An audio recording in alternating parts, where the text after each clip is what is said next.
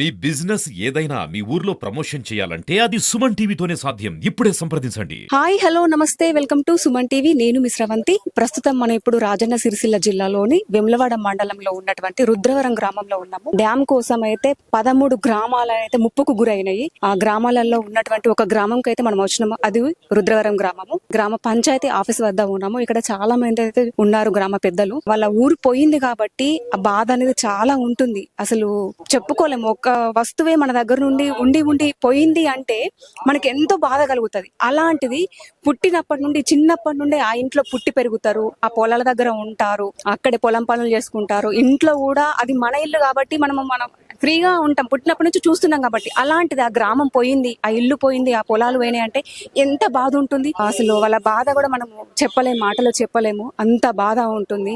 ఇక్కడికి వస్తూ చూస్తుంటే కూడా వాళ్ళ కంట్లో కన్నీళ్లు కనిపిస్తా ఉంటే కూడా బాధ అనిపిస్తుంది. నాకు కూడా మాటలు కూడా రావడం లేదు, అంత బాధ. పోయిన వాటి గురించి అసలు వాళ్ళు తలుచుకుంటూ వాళ్ళు కూడా బాధపడుతున్నారు. మరికొన్ని వివరాలు ఇక్కడ చాలా మంది పెద్దలు ఉన్నారు, వారిని అడిగి తెలుసుకుందాము. అది కూడా 13 గ్రామాలు పోయినాయి. 13 గ్రామాలు అంటే ఒక చిన్న విషయమా? కొంతమందికి డబ్బులు వచ్చినాయి, కొంతమంది కూడా డబ్బులు రాలేవంటున్నారు. వాళ్ళు కూడా అసలు ఏం కూడా చెప్పలేని పరిస్థితుల్లో ఉన్నారు. మరికొన్ని వివరాలు వారిని అడిగి తెలుసుకునే ప్రయత్నం అయితే చేద్దాం. ఒక్కప్పటి రుద్రవరం అప్పుడు ఎలా ఉంది, ఇప్పుడే ఎలా ఉంది, దాని గురించి మనతో మాట్లాడడానికి గ్రామ పెద్దలు కూడా ఉన్నారు. మరికొన్ని వివరాలు వారిని అడిగి తెలుసుకునే ప్రయత్నం అయితే చేద్దాం. గారు మనతో పాటు ఉన్నారు, మరికొన్ని వివరాలు వారిని అడుగుదాం. హలో సార్, నమస్తే. నమస్తే సార్ చెప్పండి, ఇప్పుడు మీకు ఎలా అనిపిస్తుంది? ఇప్పుడు ఊరు పోయింది, ఇప్పుడు ప్రజెంట్ ఇప్పుడు అయితే ఇక్కడ ఉన్నాం. ఒక్కప్పటి రుద్రవరానికి ఇప్పటి రుద్రవరానికి మీకు ఎలా అనిపిస్తుంది? అప్పుడు ఒక వాతావరణం, ఒక పల్లెటూరు వాతావరణం. ఇక్కడికి వచ్చి ఇప్పుడు గ్రామ పంచాయతీ ఆఫీస్ దగ్గర మనం ఉన్నాము. అప్పటి మెమరీస్ వేరే ఉంటాయి, ఇప్పుడు ఉన్న మెమరీస్ వేరే ఉంటాయి. ఎంతైనా పల్లెటూరే. ఇప్పుడు అదొకటి సిటీ లాగా అయిపోయింది. ఇప్పుడు దానికి దీనికి డిఫరెంట్ చెప్పండి సార్. మేము చిన్నప్పుడు మేము పెరిగింది ఈ గ్రామంలోనే. మా బాల్యం అంతా ఈ గ్రామంలోనే గడిచిపోయింది. మేము ప్రతి ఒక్కరికి ఉపాధి ఉండే. వ్యవసాయం చేసుకునే వాళ్ళకు వ్యవసాయ కూలీలకు, కుల వృత్తులకు ప్రతి ఒక్కరు ఏదో ఒకటి జీవనాధారం ఉండే. కానీ ఈ రోజు ఈ ప్రాజెక్టు నిర్మాణం అయిన తర్వాత ఇక్కడ ప్రజలకు ఏంటంటే ఓన్లీ R&R కింద ప్యాకేజీ పట్టాలు ఇచ్చి 2 గుంటల భూమి ఇచ్చి జస్ట్ ఒక కుటుంబానికి R&R ప్యాకేజ్ కింద 2 లక్షల రూపాయలు కూలీ అయితే 2,09,000 కూలి కింద ఇచ్చారు. 2,29,000 రైతు వ్యవసాయ కుటుంబం అయితే ఇచ్చారు. ఇంకా మిగతా వారికి చాలా మందికి నిర్వాసితులకు ఇంకా పట్టాలు వచ్చే వాళ్ళకు కూడా, అర్హులైన వాళ్ళకు కూడా గెజిట్ చేసి కూడా కొంతమందిని గ్రామంలో ఉంటలేరని చెప్పి కూడా డిలేట్ చేసి వాళ్ళకి అన్యాయం కూడా జరిగింది. ఇప్పటి వరకు కూడా మేము దాదాపు 2009లో గెజిట్ అయితే ఇప్పటి వరకు కూడా నిర్వాసితులు అన్నమ రామచంద్ర అని ఇంకా చుట్టూ రాజకీయ నాయకుల చుట్టూ గానీ, కలెక్టర్ గారి చుట్టూ గానీ ఇంకా తిరుగుతూనే ఉన్నారు. కానీ ఇప్పటి వరకు సమస్యలు పరిష్కారం కాలేదు. గతంలో కూడా ఇక్కడ మేము ధర్నాలు చేసినప్పుడు ఇప్పటి ముఖ్యమంత్రి రేవంత్ రెడ్డి గారు, రవాణా శాఖ మంత్రి పొన్నం ప్రభాకర్ గారు, ఆదిశీనన్న గారి ఆధ్వర్యంలో మేడిపల్లి సత్యం గారు, కొవ్వంపల్లి సత్యనారాయణ గారు, ఇప్పుడు నేను ఫోటోలు చూపిస్తా, వాళ్ళంతా ఇదే మా రుద్రవరం రోడ్డు మీద ధర్నా చేసిన కార్యక్రమం. వంట వార్పులో కార్యక్రమంలో భాగంగా మేము కూడా మా ఎంపీటీసీ స్వామి, నేను కూడా వాళ్ళ దగ్గర ఉన్నాము. ఇగో నేను, మా స్వామి, ఇక్కడ మా పిలికానకాయ, ఇగో రేవంత్ రెడ్డి గారు, పొన్నం ప్రభాకర్, ఇగో విజయరామారావు, కవ్వంపల్లి సత్యనారాయణ, వీళ్ళందరూ కూడా గతంలో మాతో పాటు కూర్చున్నారు. దేవుని దయ వల్ల వాళ్ళు కూడా ఇవాళ మంచి పొజిషన్ లో ఉన్నారు. మేము సహాయం చేస్తారని ఆశిస్తున్నాం. మేము ఎందుకనంటే చాలా నష్టపోయినాం. ఇప్పటికీ ఇక్కడ నిర్వాసితులు అన్నమ రామచంద్ర అని ఇప్పుడు మా మిత్రుడు చెప్పినట్టు కొన్ని కిలోమీటర్ల దూరం వెళ్లి జీవనోపాధి లేక చాలా ఇబ్బందులకు గురై చాలా మంది కూడా ఈ మధ్యలో యాక్సిడెంట్ కూడా చనిపోవడం జరిగింది. బాధాకరం. ఇక్కడ ఎందుకనంటే మేము ఎలాంటి ఇబ్బంది లేకుండా బతికిన వాళ్ళం. ఈ రోజు మేము ఇక్కడ వచ్చిన తర్వాత అంత సిటీ కల్చర్, ఇక్కడ పని చేద్దామంటే పని లేదు, రోడ్ల మీద తిరిగే పరిస్థితి, యువత పెడమార్గంలో పడుతున్నారు. ఎందుకంటే ఉపాధి లేదు, ఏం చేద్దామని ఆలోచన లేదు. అప్పుడు మేము ఊర్లో ఉన్నప్పుడు నాలాంటి వాళ్ళు చదువుకున్న వాళ్ళం కూడా మేము మా తల్లిదండ్రులు పని చెప్తే చేనులకు పోయే పరిస్థితి ఉండే. కానీ ఇప్పుడు చేన్లు లేవు, చెరకలు లేవు, ఎలాంటి బతుకు తెరువు లేదు. కాబట్టి ప్రభుత్వం ఆలోచించాలి. ఇప్పుడు మా మిత్రుడు చెప్పినట్టు అదే పద్మశాలీలకు వాళ్ళకు ఉపాధి లేక సిరిసిల్ల ఉరిపెట్టుకొని చనిపోతున్నారు అని చెప్పి వాళ్ళకి ఇలా ఎన్నో కార్యక్రమాలు చేశారు. అదే నిర్వాసితులకు ఇప్పటి వరకు ఏ ప్రభుత్వం కూడా పట్టించుకోవడం లేదు. ఇక్కడ ఎందుకు ఆలోచిస్తలేరో మా గురించి. మేము ఇప్పుడు ఇన్ని ఎకరాల భూములు ఇచ్చి మేము ఇంత సర్వస్వం కోల్పోయి, ఇండ్లు భూములు అన్ని కోల్పోయి మేము సర్వనాశనం అయిపోయినప్పటికి కూడా ప్రభుత్వ పక్షాన వీళ్ళకు మరి న్యాయం చేయాలి. వీళ్ళకు మరి ఇన్ని సంవత్సరాల నుంచి వీళ్ళు నీళ్ళు చేయబట్టే ఇలా చాలా ఎకరాలకు ఇలా పారకం నీటి పారుదల జరుగుతుంది. కాబట్టి వీళ్ళకి న్యాయం చేయాలని ఎందుకు ఆలోచిస్తలేరో మాకు అర్థమవుతలేదు. మరి మేమేం పాపం చేసినాం ఈ నిర్వాసితులం? మేము మా ఇండ్లు భూములు సర్వస్వం ఇయ్యడం తప్ప, అంటే అప్పటి నుంచి ఇప్పటి వరకు కూడా మా పక్షాన కొట్లాడుతారు. ఇప్పుడు శ్రీనివాస్ గారు దాదాపుగా టిఆర్ఎస్ ప్రభుత్వం ఉన్నప్పుడు 10 సంవత్సరాలు కూడా మేము కూడా ఆయన వెంబడి ఉన్నాం. మేము కూడా ప్రతి ఒక్కసారి ప్రభుత్వం దృష్టికి తీసుకుపోయినప్పటికి కూడా ప్రభుత్వ పక్షాన పోరాటం చేసినప్పుడే కదలిక, ఏమనంటే వచ్చుడు ఊర్లకు వచ్చుడు అప్లికేషన్లు తీసుకుపోవడం అక్కడ వాడేయడం తప్ప క్షేత్రస్థాయిలో పరిశీలన చేసి వీళ్ళకి వాస్తవంగా అర్హులని చెప్పి న్యాయం మాత్రం చేయలే. ఒకప్పుడు సమగ్ర సర్వే అని చెప్పి ఒకటే రోజులో మన తెలంగాణ మొత్తం సర్వే చేసిన వాళ్ళు ఈ ముంపు గ్రామాల్లో ఈ 13-14 గ్రామాలలో వాళ్ళు సర్వే చేసి వాళ్ళకి న్యాయం చేయాలంటే చేయరాదా? కానీ ఏందనంటే చేయలేకపోవడం ఏందనంటే అది మాకు ఇప్పటికి కూడా మేము పాపం అనుకుంటున్నాం, మా శాపం అనుకుంటున్నాం తప్ప మాకు ఎవరు కూడా ఇప్పటి వరకు న్యాయం చేయాలి. ఇప్పటికి రేవంత్ రెడ్డి గారు, పొన్నం ప్రభాకర్ గారు, ఆసినన్న గారు ఇక్కడ ప్రతి ఒక్క పరిస్థితి తెలుసు కాబట్టి తప్పకుండా మాకు న్యాయం జరుగుతుందని ఆశిస్తున్నాం. ఓకే సార్, ఇప్పుడు ఒకప్పుడు అయితే మీరు ఇక్కడ ఉండి మీటింగ్స్ ఏర్పాటు చేసుకునే వాళ్ళు, ఇప్పుడు ఒక్కప్పుడు ఉన్న గ్రామ పంచాయతీ ఇప్పుడు ఉన్న గ్రామ పంచాయతీ ఎలా ఉంది? అసలు తలుచుకుంటే నాకు ఒక బాధ అనిపిస్తుంది. మీకు ఎలా ఉంది సార్? ఇప్పుడు అప్పుడు ఏంటంటే గ్రామ స్థాయిలో మేము ఇక్కడ ఊరందరం వచ్చి ఒకటే దగ్గర ఇదంతా ఈ సర్కిల్ అంతా దాదాపుగా దాదాపు ఎనీ టైం నైట్ 9-10 దాకా కూడా ఒక 100 మంది ఉండే ఏరియా. కానీ ఈ రోజు ఆ గ్రామ పంచాయతీ కాడ అందంగా మేము ఆడ ఏర్పాటు చేసినాం, కానీ జనాలు మాత్రం అక్కడ పండుగ వస్తే ఇక్కడ పెట్టేవాళ్ళు. టోటల్ బతుకమ్మ పండుగ అయితే కూడా ఊరు మొత్తం ఇక్కడ పెద్ద బతుకమ్మ ఆడేది, అందరి బ్రహ్మాండంగా జరిగేది. ఊరోళ్ళందరం కూడా మేము కూడా వచ్చి మొత్తం చుట్టుపక్కల నిలబడేది, మంచిగా అనిపిస్తుండే. ఇవాళ మా ఊర్లో ఒక 25-30 జాగాల ఏ రోడ్ కా రోడ్ పెట్టుకుంటారు, ఒక్కొక్క రోడ్కు 2-3 జాగాలు పెట్టుకుంటారు.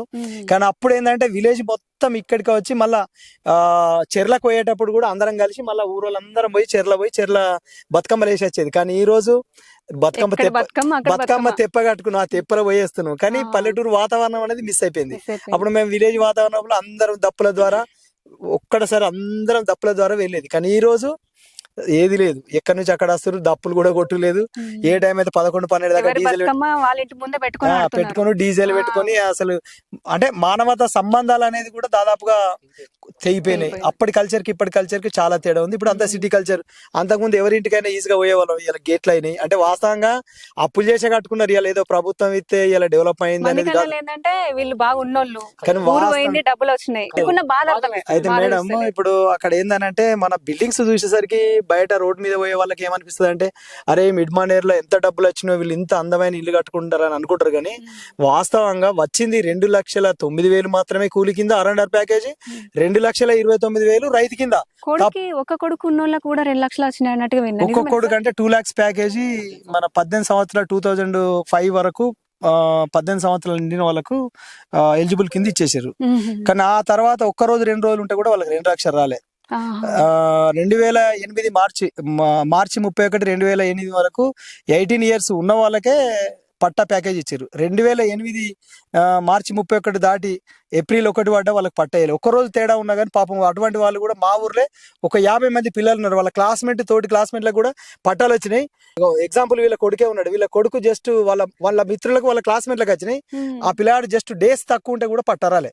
ఇప్పుడు ఆయనకి 2 పిల్లలు పెద్దోళ్ళు ఇంత ఉంటారు, వానికి పట్ట రాలేదు, ఏం రాలేదు. అంటే విషయం చెప్తున్నా, జస్ట్ అంటే డేస్ తలో కూడా మిస్ అయిపోయిన వాళ్ళు అన్యాయం జరిగిపోయింది. కానీ వాళ్ళకి న్యాయం చేయమని కూడా మేము రిప్రజెంటేషన్ ఇచ్చాం. దాదాపు ఒక 30-40 మంది మేము తయారు చేసి కూడా లిస్ట్ కూడా ఇవ్వడం జరిగింది. వాళ్ళ పిల్లలు పెద్దోళ్ళు అయ్యారు, వాళ్ళకి పట్టాలు రాలేదు. ఇప్పుడు పట్టాలు ఎందుకంటే తండ్రికి ఇస్తే సరే, ఆయన తండ్రి కొడుకు ఇవ్వచ్చు. 2-3 కొడుకులు ఉన్నారు అనుకోండి, ఆ ఏజ్ ఎలిజిబిలిటీ లేకపోతే ఒక్కరికి వచ్చి ఇంక 2 కొడుకులు ఉంటే వాళ్ళు ఇప్పుడు కొట్టుకుంటారు. అలా బాబు పట్టను అడిగితే అరే నీ అమ్మ నీకొక్కరికి ఇస్తే వాడు మళ్ళా వచ్చిన పట్టోడు కూడా చిన్నోని నీకెందుకు ఇస్తారా అంటుండు. చిన్నోని కూడా నేను ఎందుకు ఇస్తారా భయ్, నాకు వచ్చింది మా నాయనకు వచ్చింది కాబట్టి నాయన ఇస్తారా నాకుంది అంటుండు. అటువంటి వాళ్ళకి కూడా అన్యాయం జరిగింది, వాళ్ళకి కూడా న్యాయం చేయాలి. తప్పకుండా ప్రభుత్వం ఆలోచించాలి, ఎగ్జామ్షన్ ఇవ్వాలి. జస్ట్ నెలలు 6 నెలలు ఉన్న వాళ్ళకి కూడా ఎగ్జామ్షన్ ఇచ్చి వాళ్ళకి కూడా ఇచ్చినట్టయితే వాళ్ళకి కూడా న్యాయం జరుగుతుంది. వాళ్ళు కూడా పాపం ఇప్పుడు కూడా పిల్లలు అయ్యి వాళ్ళకి కూడా ఇబ్బందులు ఉన్నారు కాబట్టి వాళ్ళకి కూడా న్యాయం చేయాలని కోరుతున్నాం. ఇప్పుడు ఈ రోజు అయితే శ్రీరామనవమి, అసలు ఒకప్పటి గుడి ఇక్కడ ఎక్కడ ఉండేది సార్? అసలు నాకైతే ఏడ కనిపిస్తలేదు. అక్కడ హనుమాన్ టెంపుల్ ఉంది. కానీ ఈ రోజు కాబట్టి ఈ రోజు మీరు అక్కడ చేసుకున్నారు. అదే మీ ఊర్లో ఒకప్పుడు ఇక్కడ చేసుకునే వాళ్ళు ఊరంతా ఒకటే గుడి కడక వచ్చేవాళ్ళు. ఇప్పుడు గల్లీ గల్లీకి ఒక గుడి అయిపోయింది, ఎవరి ప్లేస్ లలో వాళ్ళు చేసుకుంటున్నారు. అది కొంచెం బాధనే కదా? బాధ కాదు మేడం, ఇప్పుడు నా ఇల్లు ఇదే యాప్ షెట్ కాడ నా ఇల్లు, మా వాళ్ళ ఇల్లు కూడా దాని పక్కకి యాప్ షెట్ కన్నా పెద్ద ఇల్లు ఉన్నది, విశాలమైన భవనం. ఇక్కడ నుంచి షావ తిరిగి ఊరంతా తిరిగేది. మళ్ళీ ఇంకొకటి మేడం, మా విలేజ్ ప్రతిష్ట ఏంటంటే మనం ఒకటే రోడ్ వచ్చి ఇట్లా తిరిగి ఇట్లా వస్తే మొత్తం మళ్ళీ చుట్టూ ఊరు మొత్తం కవర్ అవుతుండే. ఆ ఏ విలేజ్ లో కూడా ఆ సిస్టమ్ ఉండదు, మొత్తం టోటల్ విలేజ్ కవర్ అవుతుండే.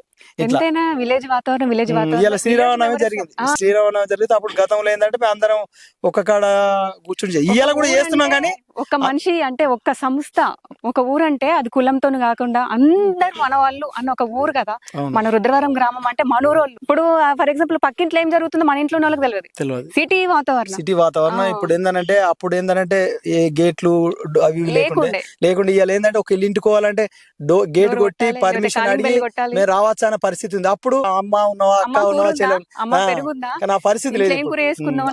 ఇప్పుడు తిందామంటే వాళ్ళకి తినలేదు, పక్క వాళ్ళకి ఏం పెడతారు మేడం. ఇప్పుడు పెట్టే పరిస్థితి లేదు. అంతకుముందు ఏంటంటే ఊర్లో కూరగాయలు పండుతుండే, అన్ని రకాల అందుబాటులో ఉంటుండే, ఎవరికంటే వాళ్ళకి పంట పండింది కాబట్టి ఇవ్వడానికి వీలు ఉంటుండే. కానీ ఈ రోజు అట్లా కాదు, కాస్ట్లీ అయిపోయింది. కొనంది ఏది కూడా వచ్చే పరిస్థితి లేదు. కాబట్టి మాకు నిర్వాసితులకు ప్రభుత్వం మా పక్షాన ఆలోచించాలి. అంటే నిజంగా చెప్తున్నా, ఒక్కొక్కసారి మాకు నిర్వేదం అనిపిస్తుంది. అసలు మేము ఏం పాపం చేసినాం, అసలు ఎందుకు మమ్మల్ని ఇప్పటి వరకు పట్టించుకుంటలేరు, ఎవరెవరిని పట్టించుకుంటారు, ఏమేమో చేస్తారు. కానీ ఇంత ఈ మిడిమానేరు గుండకాయ అన్నారు రిజర్వాయర్, ఈ రిజర్వాయర్ ద్వారా మల్లన్న సాగర్ దాకా తీసుకుపోయి 50 టీఎంసీల నీళ్లు నింపుకోవడం ఇదే ప్రాజెక్టు. ఎల్లంపల్లి ప్రాజెక్టు ద్వారా, ఏడిగడ్డ ద్వారా ఇవన్నీ తీసుకొచ్చి లిఫ్ట్ ఇరిగేషన్ ద్వారా శ్రీరామ్ సార్ ప్రాజెక్టు ఇవన్నీ నింపుకుంటూ మా మిడిమానేర్ రిజర్వాయర్ చేసుకుంటే, రిజర్వాయర్ ఎండిపోయింది అనుకోరి, ఇది మొత్తం ఎప్పుడు హబ్, వాటర్ హబ్. కానీ ఇది అని ఉండాలి మొత్తం మన తెలంగాణ ప్రాంతానికి నీరు కల్పించడం కోసం వాళ్ళు చేసిన. ఇప్పుడు మళ్ళీ దీనికి కాలువ రావడానికి కూడా 2 టీఎంసీల కాలువ రావడానికి కూడా అంతకుముందు ఒక 1 టీఎంసీ వస్తుండే, కానీ దాన్ని 2 టీఎంసీల నీళ్లు రావడానికి కూడా ఇది రిజర్వాయర్ ఎప్పుడు ఆల్వేస్ ఉండడానికి కోసం కూడా ప్రణాళిక కాలువ కూడా స్టార్ట్ అయింది. కానీ అటువంటి ప్రతిష్టాత్మకమైన ప్లేస్, ప్రతిష్టాత్మకమైన రిజర్వాయర్ ను ఇక్కడ నిర్వాసితులకు ఎందుకు న్యాయం చేస్తలేరని ఈ నిర్వాసితుల పక్షాన అడుగుతున్నాం. ఎందుకు మాకు అన్యాయం చేసిర్రు, అసలు మేము ఏం పాపం చేసినాం, మేము భూములు ఇవ్వలేదా, ఇల్లు కోల్పోలేదా, మా పరిస్థితి ఏంది, మా ఎట్లా బతకాలి? అందరి కోసం మీరు త్యాగం చేసిరు మీ ఊర్లను. త్యాగాలను గుర్తించడం లేదు. ఇలా మా పిల్లలు ఘోరమైన పరిస్థితులలో మద్యానికి బానిసై, ఏం పని లేక, ఉపాధి దొరక, తల్లిదండ్రులు సంపాదించిన కూలీనాలు చేసుకొచ్చిన పైసలు 100-200 ఉంటే తీసుకుపోయి డాడీ మమ్మీ ఇస్తావా అయ్యవా అని చెప్పి అడుక్కొని పోయి బీర్లు అది ఇది తాగి ఇలా గంజాయి గుట్కాలు తిని ఇలా వ్యసనానికి గురై ఇలా పరిస్థితి ఏంటంటే ఏం పని లేకనే, పనున్నోడు ఎవడైనా పని చేసుకుంటాడు. ఇలా పని లేనోడు ఏం చేస్తారు, ఏదో ఒకటి పక్కదోవలు ఆలోచిస్తారు. ఆ పరిస్థితి మాకు వచ్చింది. మాకు ఎందుకు రావాలి ఆ పరిస్థితి, ఎందుకు రావాలి? మేము భూములు జాగాలు ఇచ్చుడు తప్ప, ఈ డ్యామ్ ఇక్కడ నిర్మాణం చేయడానికి ఒప్పుకోవడం తప్ప. అప్పుడు అధికారులు ఏం చెప్పారంటే మిమ్మల్ని ఖచ్చితంగా మీకు న్యాయం చేస్తాం, మీ ప్రతి ఒక్క కుటుంబానికి న్యాయం చేస్తామని చెప్పి నేను అప్పుడు ఉపసర్పంచ్గా ఉన్నా. ఇదే వేదిక మీద ఇక్కడ మీటింగ్ పెట్టి అధికారులు వచ్చి మీకు ఎవ్వరు కూడా నిజంగా చెప్తున్నాం, మేము ఆ రోజు అందరూ ఏడ్చిర్రు. ఇక్కడ ఇదే వేదిక మీద ఇక్కడ ఆయన ఎంపీటీసీ ఉండే, నేను ఉపసర్పంచ్ ఉండే, మా బొమ్మయ్య గారు, కృష్ణదేవరావు సర్పంచ్ ఉండే, రేగులపాటి పాపారావు గారు ఎమ్మెల్యే ఉండే.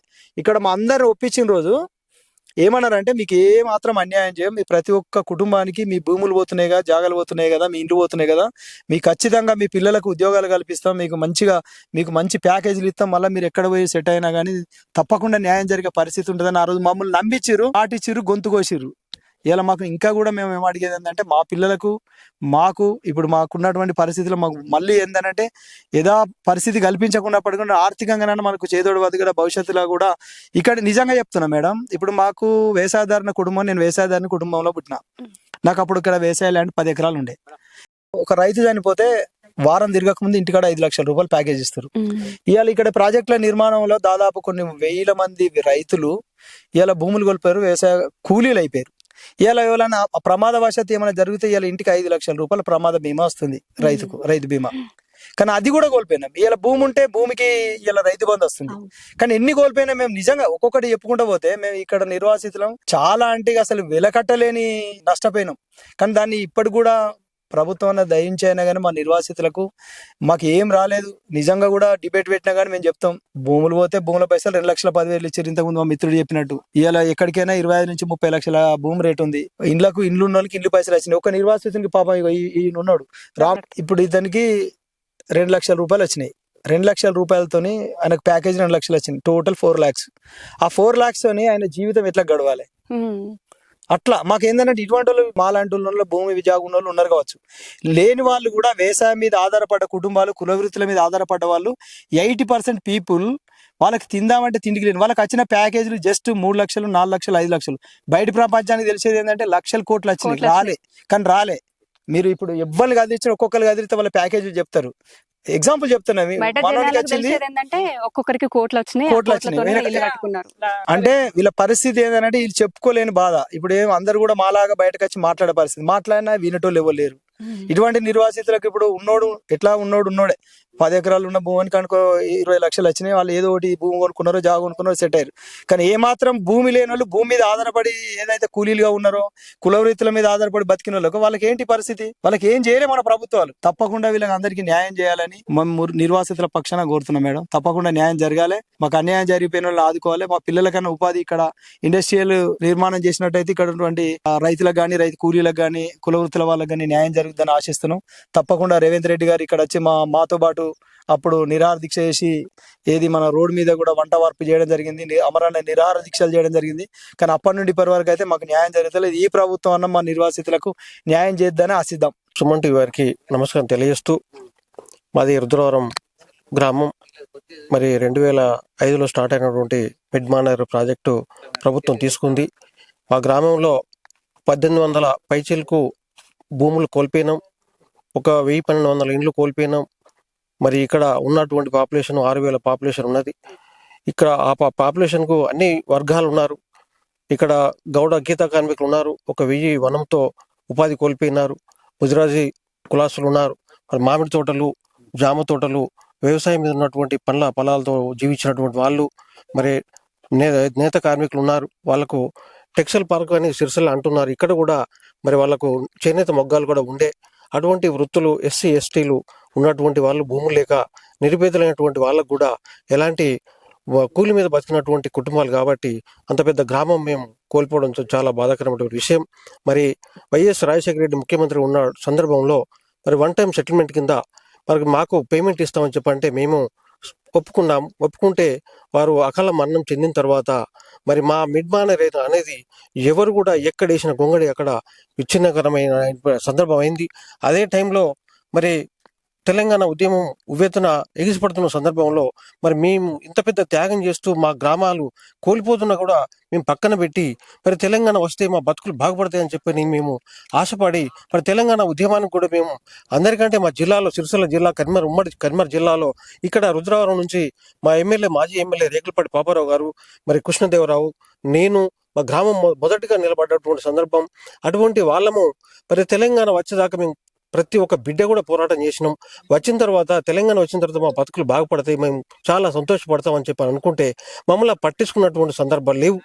ఎందుకంటే మరి తెలంగాణ వచ్చిందే తప్ప ఎవరికి వచ్చిందో అని చెప్పంటే పరిపాలించే వాళ్ళకే వచ్చింది తప్ప ఇక్కడ త్యాగం చేసినటువంటి వాళ్ళను కనీసం సిరిసిల్ల జిల్లాలు ఏర్పాటై, మండలాలు ఏర్పాటు చేసినారు. కానీ మా గ్రామాలకు వచ్చినటువంటి సందర్భాలు లేదు. ఒక మినిస్టర్ రాలేదు, ఒక కలెక్టర్ రాలేదు. ఏమున్న ఆఫీస్లో ఉండి వాళ్ళ యొక్క సొంత పనులు చేసుకున్న తప్ప ఈ పేదవాళ్ళకు పట్టించుకున్న సందర్భాలు లేవు. మరి దరిదాపు 16 సంవత్సరాలు డ్యామ్ కోల్పోయి కనీసం నేటికి కూడా మరి భూములకు రావాల్సినవి, కుటుంబాలకు రావాల్సినవి, ఇళ్లకు రావాల్సినవి, మరి ఉపాధి లేక చాలా మంది బెంగతో చనిపోతున్నటువంటి సందర్భం ఉన్నది. కాబట్టి ఏ ప్రభుత్వాలు మారుతున్నాయి తప్ప మరి పేద వర్గాలు డ్యాములు కోల్పోతున్నటువంటి వాళ్ళ పక్షాన ఎవరు కూడా ఆలోచించడం లేదు. ఎందుకంటే అప్పుడు ఉన్నటువంటి యూపీఏ గవర్నమెంట్ ఏదైతుందో చైర్పర్సన్ మన్మోహన్ సింగ్ గారు, శ్రీమతి సోనియా గాంధీ గారు మరి ఈ భూసేకరణ చట్టాన్ని మరి వారు ఎంతకాలం అని చెప్పిన సవరిస్తే అప్పుడు 2 పార్లమెంట్లను లోక్సభలో మరి ఇది కొత్త చట్టాన్ని తీసుకురావడం జరిగింది. ఇది 2013 ఇది జనరల్ అవార్డు కింద. దాన్ని ఏం చేసినంటే ఈ మన మోడీ ప్రభుత్వం, బీజేపీ గవర్నమెంట్ వచ్చిన తర్వాత ఒక 1 year లేట్ చేసినారు. ఆ 1 year లేట్ చేసే వరకు ఫస్ట్ పీరియడ్ కింద రుద్రవరం గ్రామం, కొదురుపాక, వరదవెల్లి, సాబాజ్పల్లి ఫస్ట్ పీరియడ్ కింద తీసుకోవడం జరిగింది. మాకు కాన్సల్టెంట్ అవార్డు కింద దరిదాపు 80% మేము కోల్పోయినాం. మళ్ళీ సవరించిన తర్వాత 2013 జీవో ప్రకారంగా కొత్త చట్టం అమల్లోకి వచ్చింది. వచ్చిన తర్వాత మాకు 200 ఇండ్లకే ఉపయోగపడ్డది, మిగతా గ్రామాలకు ఉపయోగపడ్డది. కాబట్టి మేము అన్ని విధాల రుద్రవరం గ్రామం ఫస్ట్ పీరియడ్లో ఉంది కాబట్టి ప్రతి ఒక్కటి కూడా బాగా మోసపోయినాం, చాలా నష్టం జరిగింది. కాబట్టి ఇప్పటికైనా ప్రభుత్వము కాంగ్రెస్ గవర్నమెంట్ ఎవరైతే ఉన్నారో ముఖ్యమంత్రి రేవంత్ రెడ్డి గారు కావచ్చు, బట్టి విక్రమార్క కావచ్చు, మన గెలిచినటువంటి ఎమ్మెల్యేలు ఆదిశరణ గారు, వీళ్ళంతా పొన్నం ప్రభాకర్ గారు, మినిస్టర్ గారు కూడా మా హక్కుల పక్షాన ప్రతిపక్షంలో ఉండి కూడా మేము తప్పకుండా మీకు న్యాయం చేస్తామని చెప్పని వాళ్ళు కంకణ బద్దులై మాతో పాటు కాళ్ళు నడిచినారు, పోరాటాలు చేసినారు. కాబట్టి తప్పకుండా మాకు ఇస్తారని చెప్పని. సో చూసారు కదండి, ఇక్కడ ఉన్నటువంటి రుద్రవరం గ్రామ పెద్దల్ని ఎవరిని కదిలించినా కూడా వాళ్ళ బాధలు అయితే, వారి మాటల్లో అయితే మనకు అర్థమైంది. దయచేసి ఇప్పుడున్న గవర్నమెంట్ ఏమన్నా కొంచెం స్పందించి మాకేమైనా ఉపాధి కల్పించాలని చెప్పేసి మేము కోరుకుంటున్నామని చెప్పేసి అయితే అంటున్నారు. వాళ్ళ పరిస్థితి అయితే ఇక్కడికి వచ్చి మనం చూస్తేనే అర్థమైంది. ఎవరికైనా పైపైన మెరుగులే, రుద్రవరం గ్రామ ప్రజలే కాదు 13 గ్రామాల ప్రజలకైతే ఇల్లు మాత్రం కట్టుకున్నారు. ల్యాండ్ అయితే పోయినందుకైతే ఒక ఇల్లు మాత్రం కట్టుకున్నారు. అది కూడా అప్పు చేసే కట్టుకున్నారు. బయట చూసే వాళ్ళకి ఏంటంటే వాళ్ళకేంది లక్షల కోట్లు వచ్చినాయి అని చెప్పేసి అనుకుంటారు. కానీ లోపల బాధ ఎవరికి అర్థం కాదు. ఇక్కడికి వచ్చి మనం వారితో మాట్లాడితేనే వాళ్ళ బాధ ఏంటిదనేది మనకు అర్థమైంది. కెమెరామెన్ రవితో నేను మీ శ్రవంతి, సుమన్ టీవీ.